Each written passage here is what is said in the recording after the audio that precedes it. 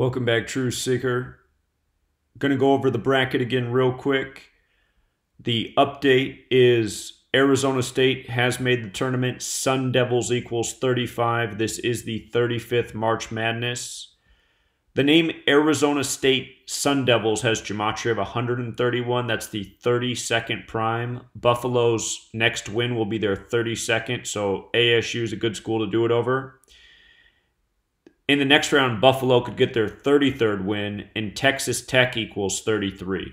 So I'm thinking Buffalo beats Texas Tech. I was wondering if Northern Kentucky could upset Texas Tech. They could, because as we covered, they have the numbers to do it. But Buffalo's 33rd win would make a lot of sense over Texas Tech.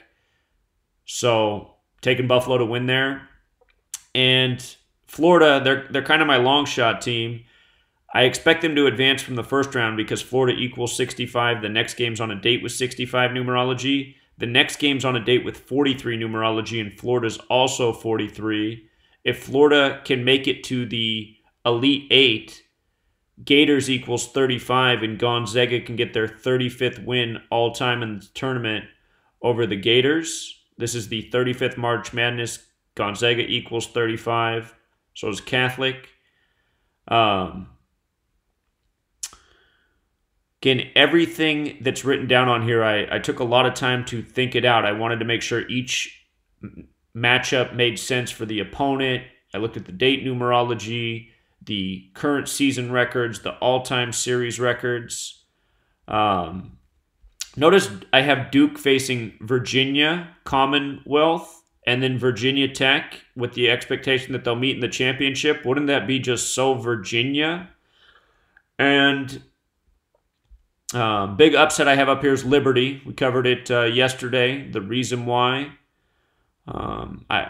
Yale's got great numbers to beat LSU. I think that'll be a bracket buster for a lot of people. I'm really torn on the Louisville-Minnesota game. Does Louisville beat Rick Pitino's son, or does Rick Pitino's son get vengeance for his father? Both teams have the 81 connection. Both teams could make a lot of sense to advance. I think Duke, in the Elite 8 round, it makes a lot of sense for them to play either Michigan State or Louisville. They're the two teams that actually make the most sense. So if Louisville gets eliminated, I imagine it'll be Michigan State there. Duke can get their 13th win against Michigan State on the 31st, 13, 31 reflections of each other. Duke equals 41 the 13th prime. The reason Louisville might also make sense is because Duke would get their 11th win against Louisville on the 31st, 31 the 11th prime. So I'll let you make the decision there on that. What else should I note here? The reason I ended up picking Virginia to beat Oklahoma in this round is because Virginia can get their 31st tournament win here, and Oklahoma equals 31.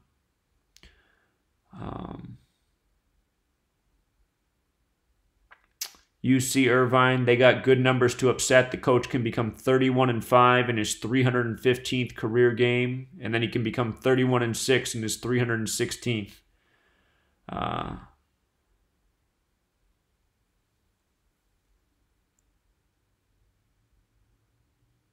Wisconsin had some number connection to why they would beat UC Irvine too. Shoot, I forget what that was. Something I thought about earlier. Doesn't look like I made a good note about it though.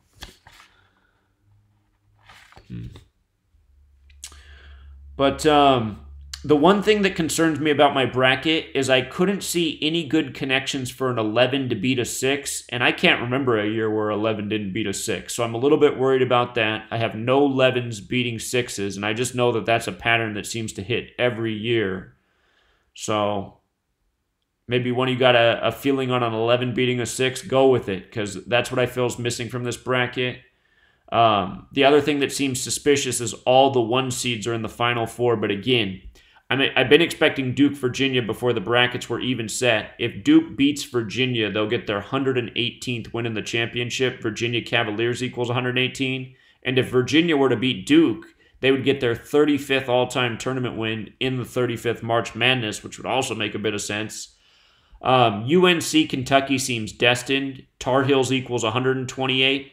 If they beat Kentucky in the Elite Eight, they'll get their 128th win to advance to the Final Four. Kentucky comes into this tournament with 128 wins. So to me, that tells me they're going to meet UNC and Kentucky. Again, it's the 35th tournament. Gonzaga's 35, Catholic's 35. How do they not win their 35th game in this tournament? Gonzaga wins it in the Elite Eight and gets beat by Duke in the Final Four. It's right there. And Florida, just their numbers line up. And again, Gators is 35. I feel that that's a great opponent for Gonzaga to get their 35th win against. It's probably, let's see. I'm going to have to call him back. That's the man from Berkeley. But I want to finish this video and then I'll call him back. So,